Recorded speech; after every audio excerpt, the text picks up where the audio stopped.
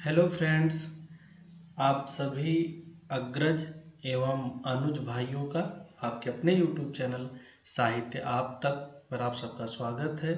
आज practice set का जो पांचवा चरण है अर्थात पांचवें नंबर का है, उसको लेकर के हम आपके सामने उपस्थित हैं।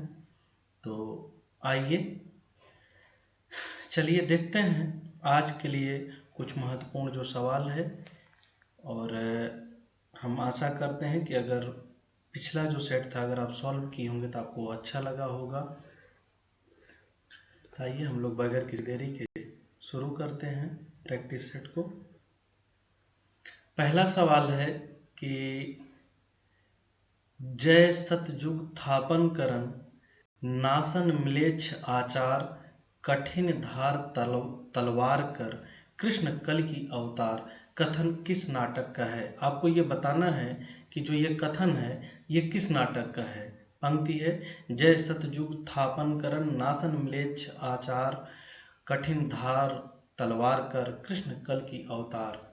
तो पहला ऑप्शन है अंधेर नगरी, दूसरा है भारत दुर्दशा, तीसरे नंबर पर है वैदिकी हिंसा हिंसा ना भवती और चौथा है मेघदूत। तो आप सबको बताएं कि क्वेश्चन नंबर 1 का आंसर हो जाएगा भारत दुर्दशा, यानी इसका आंसर खा वाला हो जाएगा। भारत दुर्दशा नाटक में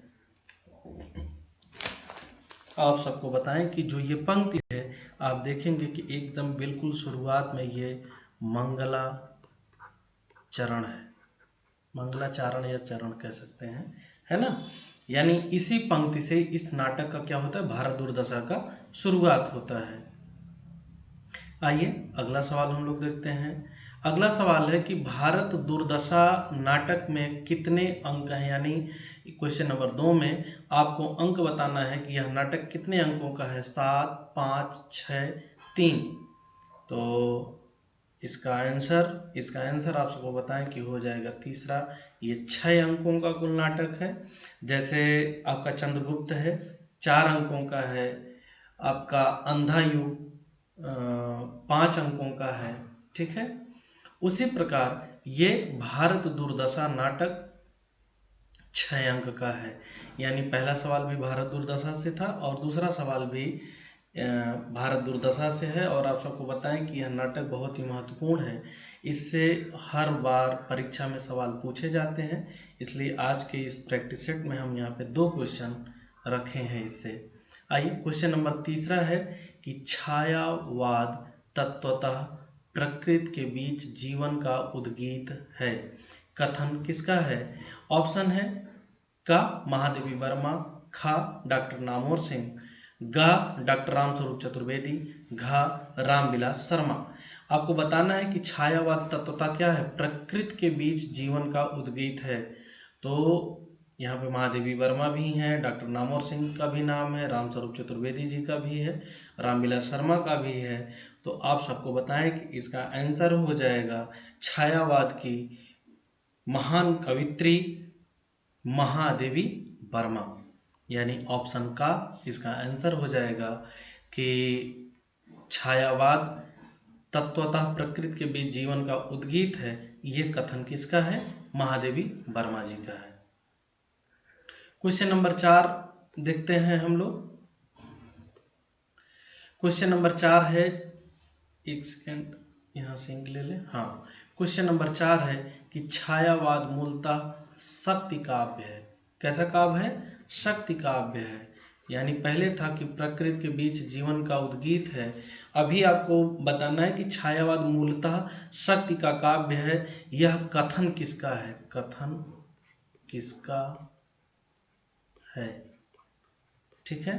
यह कथन किसका है। पहला ऑप्शन है सांगप्रिय द्विवेदी, दूसरा ऑप्शन है जयशंकर प्रसाद, तीसरा ऑप्शन है रामस्वरूप चतुर्वेदी, चौथा ऑप्शन है महादेवी वर्मा। तो आप सबको बताएं कि इसका आंसर हो जाएगा ऑप्शन गा रामस्वरूप चतुर्वेदी। यानी क्वेश्चन नंबर 4 का आंसर हो जाएगा तीसरा, छायावाद मूलतः शक्ति का काव्य है। यह कथन रामस्वरूप चतुर्वेदी जी का है। Question number 5 most important question है। ये क्वेश्चन हायर में भी पूछा गया है और यूजीसी के एग्जाम में भी पूछा जा चुका है कि महादेवी वर्मा वेदना की सूर सागर लिख रही हैं। इसको थोड़ा सा ऊपर ले चलते हैं। महादेवी वर्मा वेदना का सूर सागर लिख रही हैं, कथन ये कथन किसका है? Mahadevi Verma, question number 5 very most important है, आप लोग इसके आंसर को जरूर याद रखिएगा। महादेवी वर्मा वेदना की सूर सागर, वेदना का हो जाएगा, ये की मात्रा हम गलती से मात्रा लगा दिए, लिखने में गलती हो गया है। महादेवी वर्मा वेदना का सूर सागर लिख रही हैं, कथन किसका है? ऑप्शन है आचार्य शुक्ल, रामविलास शर्मा, सुमित्रा नंदन पंत और अंतिम ऑप्शन है सूर्यकांत त्रिपाठी निराला। तो आप सबको बताएं कि इसका आंसर हो जाएगा पांचवें का 2 रामविलास शर्मा। रामविलास शर्मा जी का कथन है कि महादेवी वर्मा वेदना का सूर सागर लिख रही हैं। आइए क्वेश्चन नंबर 6 देखते हैं। क्वेश्चन नंबर 6 है कि साकेत प्रबंध काव्य के किस सर्ग को हृदय सर्ग माना जाता है या कहा जाता है? ऑप्शन क्या है? का 8, खा 9, गा 10, घा 11। बात किया जा रहा है कि किस सर्ग को, यानी उसमें जितने सर्ग हैं उनमें से किसी एक सर्ग को हृदय सर्ग माना गया है, तो कौन सा हो जाएगा? 8, 9, 10, 11, ये 4 ऑप्शन है। तो आप सबको बताएं कि इसका सही आंसर हो जाएगा खा। 9वें सर्ग को, जिसमें उर्मिला के विषय में बातें कही गई हैं, उसी को हृदय सर्ग माना गया है। क्वेश्चन नंबर 7 है कि साकेत प्रबंध काव्य में कुल कितने सर्ग हैं? ऑप्शन है 10, खा 13, गा 12, घा 14। ठीक है, आपको बताना है कि इसमें ये सवाल बहुत ही सरल है और हमें पूर्ण विश्वास है कि आप सबको इसका आंसर पता होगा। 10, 13, 12, 14। तो आप सबको बताएं कि इसका आंसर हो जाएगा क्वेश्चन नंबर 7 का ऑप्शन गा, यानी 12। यानी साकेत महासर्ग में कुल 12 सर्ग हैं और 12 सर्गों में से जो 9वां सर्ग है उसी को क्या माना गया है? हृदय सर्ग माना गया है। क्वेश्चन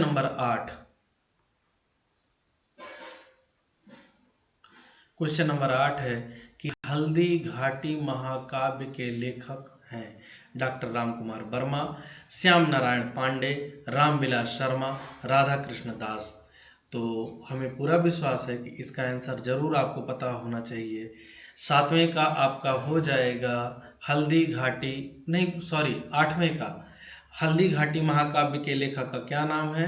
तो आपका आंसर इसका हो जाएगा कुछ ऑप्शन खा, श्याम नारायण पांडे। इन्हीं के द्वारा रचित है ये हल्दी घाटी महाकाव्य।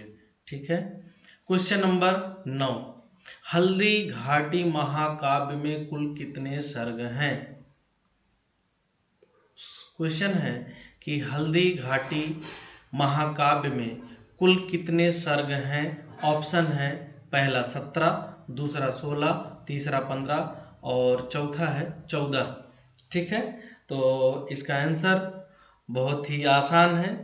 इसका आंसर हो जाएगा क्वेश्चन नंबर 9 का पहला, यानी हल्दी घाटी महाकाव्य में कुल 17 सर्ग हैं। कितने सर्ग हैं? 17। ठीक है, क्वेश्चन नंबर 10 उजली आग गद्य काव्य के लेखक का क्या नाम है? ऑप्शन है का बालकृष्ण शर्मा नवीन, आपका खा रामधारी सिंह दिनकर, गा धर्मवीर भारती और चौथा है वीरेंद्र मिश्र। तो उजली आग, ये सबसे पहले तो आप विधा जान लीजिए कि ये उजली आग की विधा क्या है। ये गद्य काव्य है। ठीक है, क्या है? गद्य काव्य है। उजली आग गद्य काव्य के लेखक का नाम बताना है, तो इसका आंसर हो जाएगा ऑप्शन खा रामधारी सिंह दिनकर। इनके द्वारा रचित ये क्या है? गद्य काव्य है। ठीक है,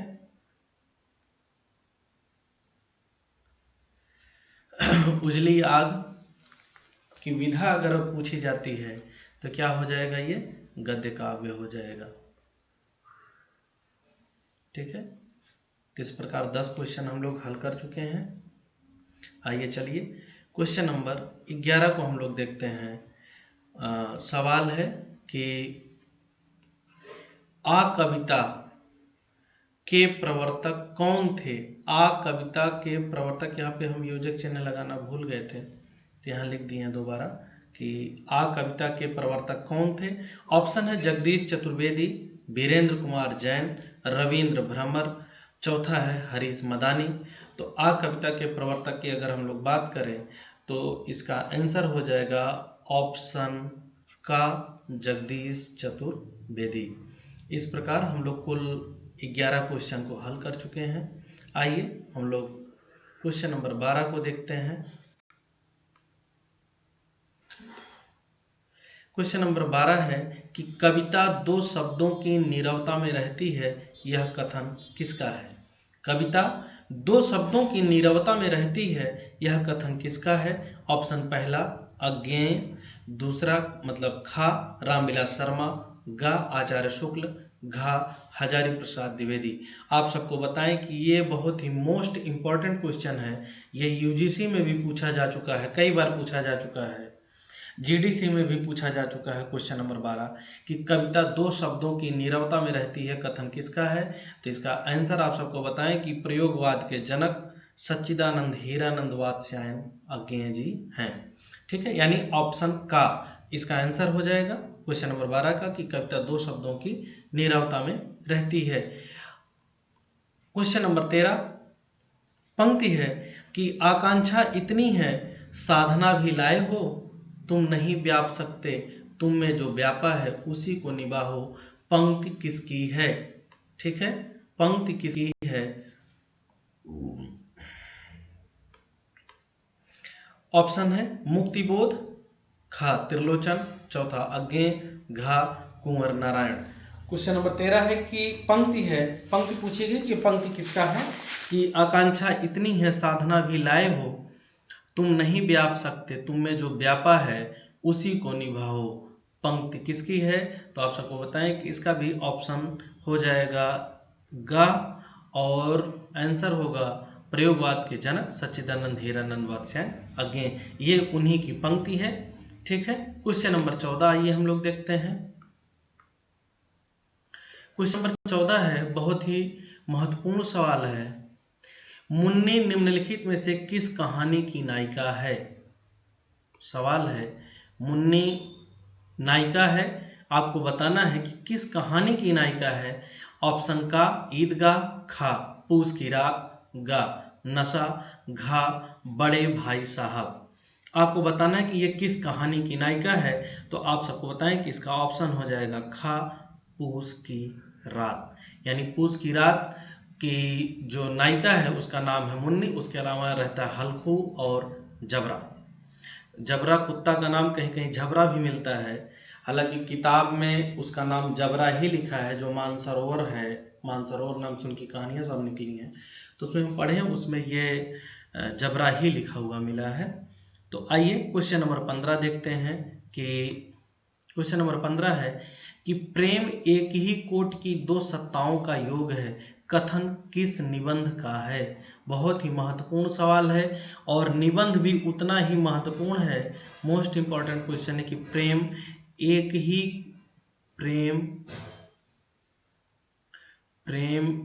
ही कोटि की दो सत्ताओं का योग है, कथन किस निबंध का है। ठीक है, हम लोगों को बताना है कि यह कथन किस निबंध का है। ऑप्शन है लोभ और प्रीति, कविता क्या है, श्रद्धा और भक्ति, इनमें से कोई नहीं। प्रेम एक ही कोटि की दो सत्ताओं का योग है, यह कथन लोभ और प्रीति निबंध का है, अर्थात ऑप्शन का सही हो जाएगा, लोभ और प्रीति। आइए क्वेश्चन नंबर 15 तक हम लोग सॉल्व कर लिए। क्वेश्चन नंबर 16 को देखते हैं कि क्वेश्चन नंबर 16 है विद्वता किसी विषय की बहुत सी बातों की जानकारी का नाम है, जिसका संचय बहुत कष्ट, श्रम और धारणा से होता है, कथन किस निबंध से है? ऑप्शन है उत्साह, भाव या मनोविकार, श्रद्धा और भक्ति, कविता क्या है? 4 ऑप्शन है। पहला निबंध है उत्साह। नाम से आपको पता चल गया होगा कि ये आचार्य रामचंद्र शुक्ल द्वारा रचित जो निबंध है वही सब है। और 4 ऑप्शन है कि उत्साह, भाव या मनोविकार, श्रद्धा और भक्ति, कविता क्या है? तो क्वेश्चन नंबर 16 का आपको बताना है कि किस निबंध से लिया गया है। तो ये सवाल भी वेरी मोस्ट इम्पॉर्टेंट है। इस निबंध से आप सबको बताएं कि हमेशा सवाल पूछा जाता है, तो इसलिए इस निबंध से हम सवाल लेकर के आए हैं और इसका ऑप्शन हो जाएगा गा, श्रद्धा और भक्ति। ये श्रद्धा और भक्ति निबंध से लिया गया है कि विद्वता किसी विषय की बहुत सी बातों की जानकारी का नाम है जिसका संचय बहुत कष्ट, श्रम और धारणा से होता है। क्वेश्चन नंबर 16 हो गया। क्वेश्चन नंबर 17 को हम लोग देखते हैं। क्वेश्चन नंबर 17 है कि एक सेकंड इंक ले ले। हाँ, क्वेश्चन नंबर 17 है कि तुलसी को राम का लोक रंजक रूप वैसे ही प्रिय लगता है जैसे चातक को मेघ का लोक सुखदायी रूप। कथन किस निबंध का? आपको इसमें भी निबंध बताना है कि तुलसी को राम का लोक रंजक रूप वैसे ही प्रिय लगता है जैसे चातक एक पक्षी है को मेघ का लोक सुखदायी रूप। कथन किस निबंध से है? ऑप्शन है उत्साह, ऑप्शन खा है तुलसी का भक्ति मार्ग, ऑप्शन ग है कबीरा खड़ा बाजार में, ऑप्शन घ है आषाढ़ का एक दिन। तो आप सबको बताएं कि ये क्वेश्चन भी हायर को देखते हुए मोस्ट इम्पॉर्टेंट क्वेश्चन है और रामचंद्र शुक्ल द्वारा रचित निबंध है। इसका आंसर आप सबको बताएं कि इसका आंसर हो जाएगा 17 का ऑप्शन खा, तुलसी का भक्ति मार्ग। तुलसी को राम का लोक रंजक रूप वैसे ही प्रिय लगता है जैसे चातक को मेघ का लोक सुखदायी रूप। चलिए क्वेश्चन नंबर 18 हम लोग देखते हैं। क्वेश्चन नंबर 18 है कि स्कंदगुप्त नाटक में हूणों की बर्बरता से परेशान देवसेना, आप सबको पता है कि देवसेना स्कंदगुप्त नाटक की क्या है? प्रमुख नायिका है। आप सबको 1 मिनट में एक छोटी सी कहानी बताएं कि देवसेना, देखिए कितना क्या विडंबना रही होगी कि देवसेना स्कंदगुप्त से प्रेम करती है, स्कंदगुप्त से प्रेम करती है और इसे शादी करना चाहती है। स्कंदगुप्त विजया से प्रेम करता है और विजया को जब ये पूरी कहानी पता चलती है तो देवसेना को जलाने के लिए वो किसका वर्ण कर लेती है? सर्वनाग का। सर्वनाग से शादी कर लेती है। इधर स्कंदगुप्त देवसेना को मना कर देते हैं शादी करने से और लास्ट में यही स्कंदगुप्त जब देवसेना के पास जाते हैं विवाह का प्रस्ताव लेकर के तब देवसेना मना कर देती है। सवाल है कि स्कंदगुप्त नाटक में हूणों की बर्बरता से देवसेना को आत्महत्या करने से कौन बचाता है? यानी एक समय ऐसा आता है कि देवसेना अपनी परिस्थितियों से हार करके आत्महत्या करना चाहती है लेकिन उसे बचा लिया जाता है। बचाता कौन है? ऑप्शन है स्कंदगुप्त, खा पर्णदत्त, गा धातुसेन और घा कमला। तो क्वेश्चन नंबर 18 का जो आंसर होगा आप सबको बताएं, ये हो जाएगा खा पर्णदत्त। यही आकर के देवसेना को बचा लेते हैं, आत्महत्या नहीं करने देते हैं। चलिए क्वेश्चन नंबर 19 को हम लोग देखते हैं। चंद्रगुप्त नाटक में चंद्रगुप्त की बाघ से रक्षा कौन करता है? युद्ध करते समय एक समय ऐसा आता है कि चंद्रगुप्त भूखे प्यासे रहते हैं और इनको मूर्छा सी आ जाती है और ये सो जाते हैं। उसी समय बाघ आ जाता है। बाघ इनके ऊपर हमला करना चाहता है लेकिन इनकी रक्षा हो जाती है। तो सवाल यही कि रक्षा कौन करता है बाघ से? ऑप्शन है राक्षस, दूसरा ऑप्शन है सिकंदर, तीसरा ऑप्शन है गा सेल्यूकस निकेटर, घा कार्नेलिया। तो आप सबको बताएं कि यह सवाल भी बहुत ही एक सेकंड इम्पोर्टेंट है और इसका आंसर हो जाएगा गा Seleucus Nicator. Seleucus Nicator Sikandar का, इसी सिकंदर का क्या रहता है? सेनापति रहता है और यही क्या करता है? चंद्रगुप्त को उस बाघ से बचा लेता है और सेल्यूकस निकेटर की ही पुत्री रहती है कार्नेलिया और जब दोबारा सेल्यूकस निकेटर अपनी सेना को गठित करके भारत पर आक्रमण करता है, चंद्रगुप्त से इसकी लड़ाई होती है, चंद्रगुप्त इसके जान को बख्श देते हैं।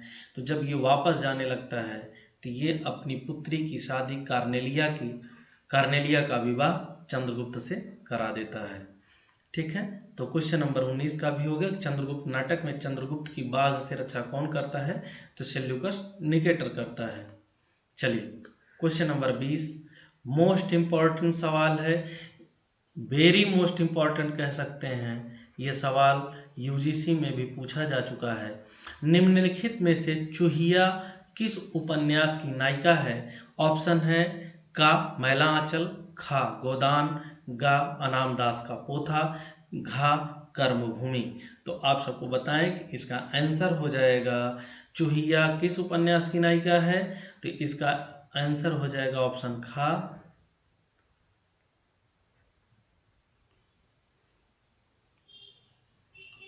खा गोदान। ये गोदान की नायिका है चूहिया। ये यूजीसी में पूछा जा चुका है।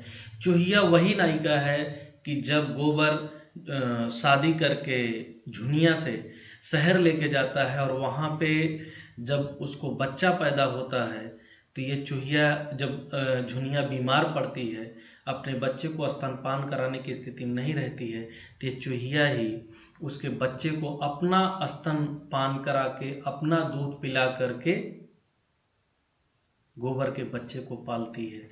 बहुत ही महत्वपूर्ण नायिका है, तो आप सब इसको जानते रहिएगा। क्वेश्चन नंबर 20 हो गया। आइए हम लोग देखते हैं क्वेश्चन नंबर 21। क्वेश्चन नंबर 21 है कि मैला आंचल उपन्यास में तहसीलदार का नाम क्या रहता है? ऑप्शन है विश्वनाथ प्रसाद, राम कृपाल सिंह, ऑप्शन गा है कालीचरण, घा है खेलावन यादव। तो आप सबको बताएं कि क्वेश्चन नंबर 21 का आंसर हो जाएगा ऑप्शन का विश्वनाथ प्रसाद। इसी विश्वनाथ प्रसाद की बिटिया रहती है कमली, जो इस उपन्यास की मुख्य नायिका है। डॉक्टर प्रशांत और कमली का जो प्रेम प्रसंग चलता है, तो ये इसी विश्वनाथ प्रसाद की बेटी रहती है और विश्वनाथ प्रसाद तहसीलदार रहते हैं। ठीक है, मैलांचल उपन्यास में। तो क्वेश्चन नंबर 21 हो गया। आइए अब हम लोग क्वेश्चन नंबर 22 देखते हैं। मेरे देह में मैल है मन में नहीं, मैला आंचल उपन्यास में, ये देखिए कथक लिख दिया, यहाँ कथन होना चाहिए। कथन किसका है? मेरे देह में मैल है मन में नहीं। कथन छोटा है लेकिन उपन्यास महत्वपूर्ण है और ये नायिका भी महत्वपूर्ण है। जो ये कथन जिसका है वो नायिका भी अपना एक महत्वपूर्ण स्थान रखती है मैला आंचल में। तो हम सबको मतलब आप सबको बताना है कि ये कथन किसका है। ऑप्शन है राम पियरिया, खा मटरा, गा कमली, घा तारा देवी। क्वेश्चन नंबर 22 कि मेरे देह में मैल है मन में नहीं, तो इसका आंसर हो जाएगा, आप सबको बताएं, का राम पियरिया। ठीक है, तो क्वेश्चन नंबर 22 हो गया। क्वेश्चन नंबर 23 है कि अगर मजदूरों के हाथ में अधिकार होता तो मजदूरों के लिए स्त्री और शराब उतनी ही जरूरी सुविधा हो जाती जितना फिलासफरों के लिए। गोदान उपन्यास से यह कथन किसका है?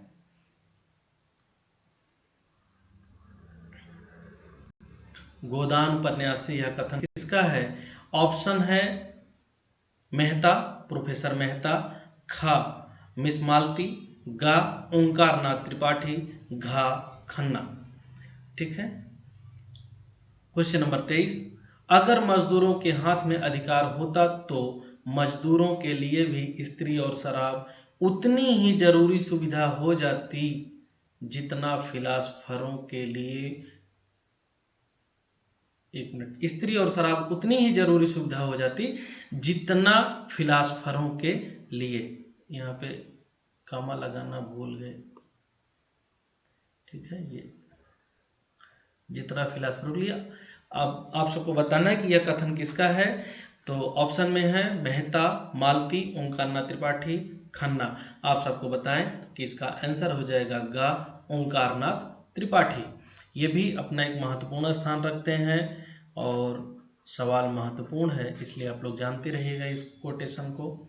आइए हम लोग देखते हैं क्वेश्चन नंबर 24।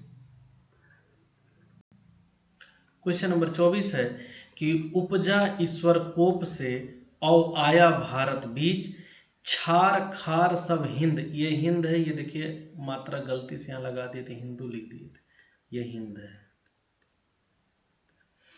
उपजा ईश्वर कोप से औ आया भारत बीच, छार खार सब हिंदू करूं मैं, तो उत्तम नहीं नीच। प्रस्तुत पंक्ति किस नाटक का है? आप सबको बताना है कि यह पंक्ति किस नाटक से है। ऑप्शन है नील देवी, अंधेर नगरी, भारत दुर्दशा और अंतिम है करबला। अंतिम है करबला। तो उपजा ईश्वर कोप से अवाया भारत बीच, छार खार सब हिंदू करूं मैं, तो उत्तम नहीं नीच। प्रस्तुत पंक्ति किस नाटक का है? तो आप सबको बताएं, इसका आंसर हो जाएगा गा भारत दुर्दशा। क्या हो जाएगा? भारत दुर्दशा। क्वेश्चन नंबर 24 का भी हो गया आंसर। उपजा ईश्वर कोप से अवाया भारत बीच, छार खार सब हिंदू करूं मैं, तो उत्तम नहीं नीच। ये पंक्ति जो है भारत दुर्दशा नाटक का है। आइए क्वेश्चन नंबर 25, ये देखिए बहुत ही एक नया सवाल है और महत्वपूर्ण भी है। झाड़ी संवाद किसका कहानी संग्रह है? आपको लेखक का नाम बताना है, लेखक का नाम बताना है। और आप सबको बताएं कि इस कहानी के जो लेखक हैं बहुत ही महत्वपूर्ण हैं। हम लोग उनको हर एग्ज़ाम में उनसे सवाल पूछा जाता है, हम लोग पढ़ते हैं, हम लोग बताते हैं। तो झाड़ी संवाद किसका कहानी संग्रह है? ऑप्शन है श्रीकांत वर्मा, निर्मल वर्मा, राम कुमार वर्मा, नासिरा शर्मा। ये 4 लोग ऑप्शन में हैं। तो आप सबको बताएं कि जो इस कहानी मतलब इस सवाल का आंसर होगा, ये पहला हो जाएगा भटका मेघ, माया दर्पण, जलसा घर। किसकी रचना है? श्रीकांत वर्मा जी की सब कहानी संग्रह है, काव्य संग्रह है, और इन्हीं की रचना है, इन्हीं का कहानी संग्रह है झाड़ी संवाद, श्रीकांत वर्मा। यानी क्वेश्चन नंबर 25 का ऑप्शन का सही होगा। झाड़ी संवाद किसका कहानी संग्रह है? तो श्रीकांत वर्मा जी का है। आप सबको बताएं कि ये कक्षा 11 के सिलेबस में है, कक्षा 11 के सिलेबस में है, एनसीईआरटी की बुक में। और वहीं पे पढ़ते समय हमको ये रचना मिली श्रीकांत वर्मा जी की कि झाड़ी संवाद किसका कहानी संग्रह है। तो हम सोचे कि क्यों ना आप लोगों के समक्ष इसको रखा जाए। चलिए अगला सवाल हम लोग देखते हैं। क्वेश्चन नंबर 26, कल सुनना मुझे किसका काव्य संग्रह है? हमें पूर्ण विश्वास है कि आपको इसका आंसर जरूर पता होगा। कल सुनना मुझे किसका काव्य संग्रह है? ऑप्शन है सर्वेश्वर दयाल सक्सेना, सुदामा पांडे धूमिल, दुष्यंत कुमार, कुंवर नारायण। तो कल सुनना मुझे, आप सबको बताएं कि क्वेश्चन नंबर 26 का आंसर हो जाएगा सुदामा पांडे धूमिल। संसद से सड़क तक, कल सुनना मुझे, ये सब सुदामा पांडे धूमिल का काव्य संग्रह है। और इनका एक महत्वपूर्ण लंबी कविता है, आप लोग जानते रहिएगा, मेरे घर में, सॉरी एक मिनट,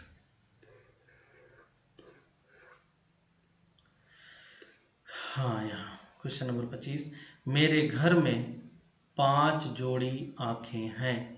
मेरे घर में 5 जोड़ी आंखें। देखिए लिखा नहीं रहा, थोड़ा सा परेशान करता है बीच बीच में, ना जाने कहाँ से आ जाता है। मेरे घर में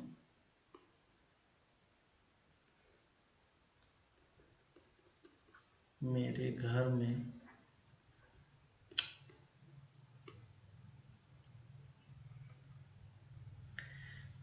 चलिए, कल सुनना मुझे किसका काव्य संग्रह है? सुदामा पांडे धूमिल का। इनकी एक कविता है कि मेरे घर में 5 जोड़ी आंखें हैं। तो सवाल ये बन सकता है कि जो 5 जोड़ी आंखें हैं किसके लिए संकेत करती हैं? तो 5 जोड़ी आंखें ये अपने परिवार को मानते हैं, माता पिता, पत्नी, बहन, ठीक है, और खुद को। तो मेरे घर में 5 जोड़ी आंखें, ये लंबी कविता है सुदामा पांडे धूमिल की। कल सुनना मुझे, ये इनका काव्य संग्रह है। आइए हम लोग क्वेश्चन नंबर 27 को देखते हैं। क्वेश्चन नंबर 27, पढ़िना अक्षर एक, ज्ञान सपने ना पायो, दूध दही चाटन में सबरो जन्म गंवायो। पढ़िना अक्षर एक, ज्ञान सपने ना पायो, दूध दही चाटन में सबरो जन्म गंवायो। पंक्ति किसकी है? ऑप्शन है सत्यनारायण कविरत्न, दूसरे नंबर पे श्रीधर पाठक, तीसरे नंबर पर जगन्नाथ दास रत्नाकर और चौथे नंबर पर राम नरेश त्रिपाठी। तो आप सबको बताएं कि ये जो पंक्ति है बहुत ही महत्वपूर्ण का पंक्ति है और इसका आंसर हो जाएगा ऑप्शन का सत्यनारायण कवि रत्न। ये आंसर हो जाएगा। मोस्ट इंपॉर्टेंट पंक्ति है कि पढ़िना अक्षर एक, ज्ञान सपने ना पायो, और दूध दही चाटन में सबरो जन्म गवायो। आइए क्वेश्चन नंबर 28 देखते हैं। काव्य विनोद एवं साहित्य वाचस्पति की उपाधि से विभूषित कवि हैं। काव्य विनोद, ये देखिए यहाँ पेन चल गई, काव्य विनोद लिखा है ये। काव्य विनोद एवं साहित्य वाचस्पति की उपाधि से विभूषित कवि हैं। ऑप्शन है लोचन प्रसाद पांडे, राम नरेश त्रिपाठी, प्रताप नारायण मिश्र, सियाराम शरण गुप्त। क्वेश्चन नंबर 28, तो आइए हम लोग देखते हैं इसका आंसर क्या होगा। काव्य विनोद एवं साहित्य वाचस्पति की उपाधि से विभूषित जो कवि हैं उनका नाम है लोचन प्रसाद पांडे, अर्थात ऑप्शन का सही हो जाएगा क्वेश्चन नंबर 28 का। आइए हम लोग क्वेश्चन नंबर 29 को देखते हैं।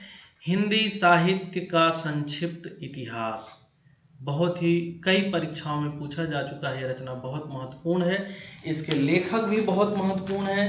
हिंदी साहित्य का संक्षिप्त इतिहास किस लेखक की पुस्तक है? ऑप्शन है विश्वनाथ प्रसाद मिश्र, राम नरेश त्रिपाठी, आचार्य रामचंद्र शुक्ल, विश्वनाथ प्रसाद त्रिपाठी।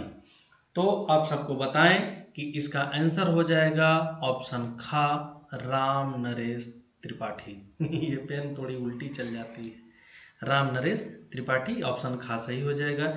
ये याद रखिएगा संक्षिप्त शब्द को, यही महत्वपूर्ण है, इंपॉर्टेंट है, हिंदी साहित्य का संक्षिप्त इतिहास।